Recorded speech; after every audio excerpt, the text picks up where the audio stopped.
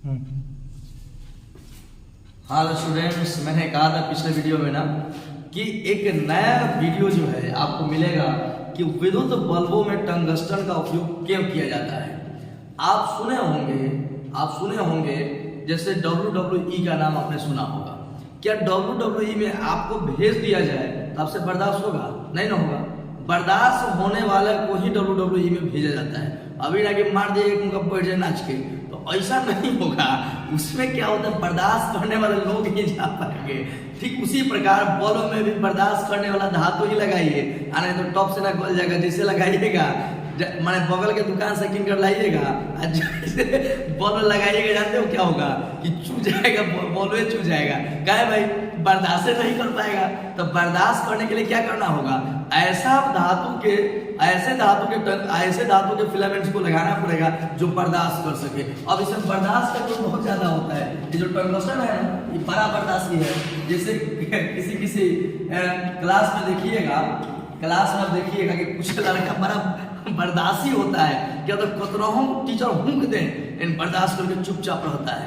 ठीक है, ऐसे ही इसमें भी है। क्योंकि टंगस्टन का बर्दाश्त करने की क्षमता ज्यादा है। अब कहेगा बर्दाश्त करने की क्षमता मतलब इसका गलनांक ज्यादा होता है। कतनाहू गर्म कर दीजिए लिमिट में, अभी ना कि पूरा एकदम गर्म कर दे कि फूटिए जब बॉल में फूट जाओ।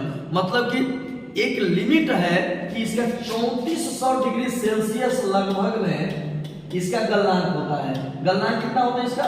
3400 डिग्री सेल्सियस। टंगस्टन का गलनांक कितना होता है?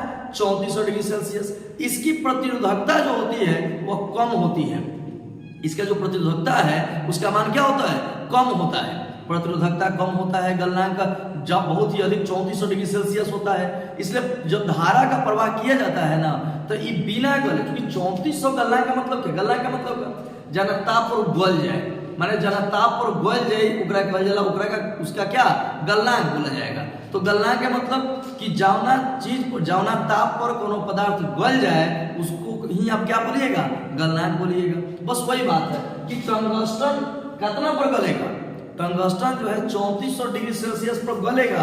अभी ना कि गला का टेस्ट उतना जाने का उसको मौके ना मिलेगा, उतना बढ़ जाएगा तो फ्यूजे कर जाएगा। जब टंगस्टन गल जाता है तो आप कहते हो क्या कि बॉल फ्यूज कर गया ना, बॉल फ्यूज हो जाता है। तो किसी भी चीज का एक लिमिट होता है। कभी कभी ज्यादा टेंशन में सोचिएगा ना तो कभी कहा जाता है कि इसका दिमाग फ्यूज हो गया है। फ्यूज का मतलब कि बर्दाश्त से बाहर हो गया है। तो इसलिए टंगस्टन का जो गलनांक है 3400 डिग्री सेल्सियस है, इसकी प्रतिरोधकता कम होती है और गलनांक बहुत ही ऊंचे 3400 डिग्री सेल्सियस होता है। और जब इसे विद्युत धारा प्रवाहित करते हैं तो 2700 डिग्री सेल्सियस पर बिना गले यह तप्त हो जाता है, गर्म हो जाता है और इससे प्रकाश निकलना शुरू हो जाता है और लगता है एकदम पीला रंग का प्रकाश देने इसे दे रहा है।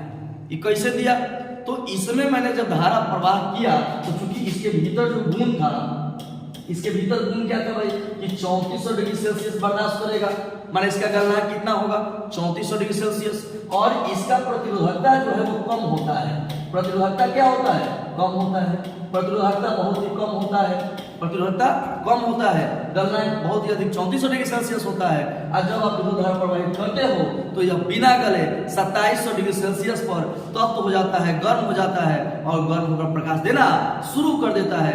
यही कारण है कि विद्युतीय बल्ब में टंगस्टन धातु का उपयोग किया जाता है। ठीक है, तो फिर आप जानिएगा कि ऐसा क्या है कि जो विद्युत बल्ब के भीतर जो है वह निम्न दाब पर ही निष्क्रिय गैस को भरा जाता है। बस 1 मिनट का बात है, मैं समझा दे रहा हूं। निम्न दाब पर भरने का कारण क्या है समझ लीजिए। देखिए, अगर निम्न दाब पर निष्क्रिय गैस को नहीं भरा जाएगा तो संवहन क्रिया द्वारा जो है वो ऊष्मा की हानि अधिक होगी। अर्थात ऊष्मा की हानि कम करने के लिए क्या किया जाता है कि निम्न दाब पर निष्क्रिय गैसों को भरा जाता है। विद्युतीय बल्ब में संवहन द्वारा ऊष्मा की हानि को कम करने के लिए संवहन की क्रिया जो होता है उसमें ऊष्मा की हानि होती है। तो विद्युतीय बल्ब में संवहन क्रिया द्वारा ऊष्मा की हानि को कम करने के लिए जो है वह क्या किया जाता है? निम्न दाब पर निष्क्रिय गैस भरा जाता है। एक चलते में एक मैं आपको बता दूं कि कुंडलिनी क्यों होता है। तो देखो, विकिरण क्रिया द्वारा बल्ब में विकिरण क्रिया द्वारा जो है वो ऊष्मा का हानि होता है और इस ऊष्मा के हानि को कम करने के लिए ऊष्मा की हानि विकिरण क्रिया द्वारा ऊष्मा की हानि को कम करने के लिए कम क्षेत्रफल चाहिए। माने जो टंगस्टन है उसका क्षेत्रफल क्या चाहिए, कम चाहिए, और क्षेत्रफल कम करने के लिए क्या किया जाता है, उसके तार को कुंडलिनी कर दिया जाता है। इतना बड़ा मान लीजिए कि जग बिया है, जग बिया में एक ही आदमी 2 कुर्सी पर बैठेगा तो काम चलेगा, गड़बड़ा जाएगा कि नहीं गड़बड़ा जाएगा, हानि ज्यादा होगा। तो इसलिए क्या किया जाता है, कॉम्पैक्ट में जहाँ ज्यादा भीड़ भाड़ होता है, जहाँ ज्यादा भीड़ भाड़ होता है वहाँ क्या होता है, ज्यादा भीड़ भाड़ होगा तो एक ऊपर 2 दोस्त बैठ जाएगा एकदम सट के, माने इसका आलूदम वो खाएगा, उसका आलूदम वो खाएगा।